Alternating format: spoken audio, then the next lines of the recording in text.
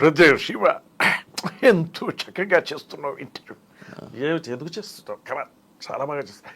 ఏమిటి బాగా చేస్తున్నావు బ్రదర్, థ్యాంక్ యూ. నా యాల్ది అద్దర కొట్టేస్తున్నావురా జానకి. ఓ, ఈరోజు శివ గారు చాలా చక్కటి ఇంటర్వ్యూ చేస్తారు. నిజంగా మీ అందరికి కూడా శుభాకాంక్షలు తెలియజేసుకున్నాను. ఇట్లా అంతా టక మార్చేసుకుంటూ పోవచ్చు. Thank you. మళ్ళీ కొంత ఏదో తేడా కొడుతుంది. కానీ మంచి ఎంటర్టైన్ అయ్యేవాళ్ళం అన్న అప్పుడులో మీ షోస్ కానీ ఇవి చూసి.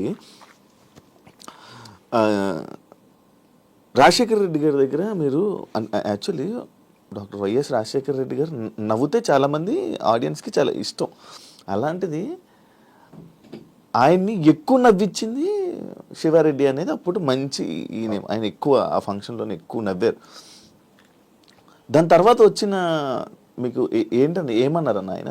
దాని తర్వాతైనా మీకు రాజశేఖర రెడ్డి గారి బాండింగ్ కానీ లేకపోతే అన్నీ అప్పుడే ఏర్పడ్డాయా? అవును, యాక్చువల్లీ నిజానికి ఆయన ఎలక్షన్లో పాదయాత్రలు అవి ఇవి చేసి చాలా అలసిపోయి ఉన్నారు. అంత ముందంతా కొంచెం సీరియస్గానే ఉండేది సిచ్యువేషన్ అంతా, చాలా కఠినంగా ఉండేది.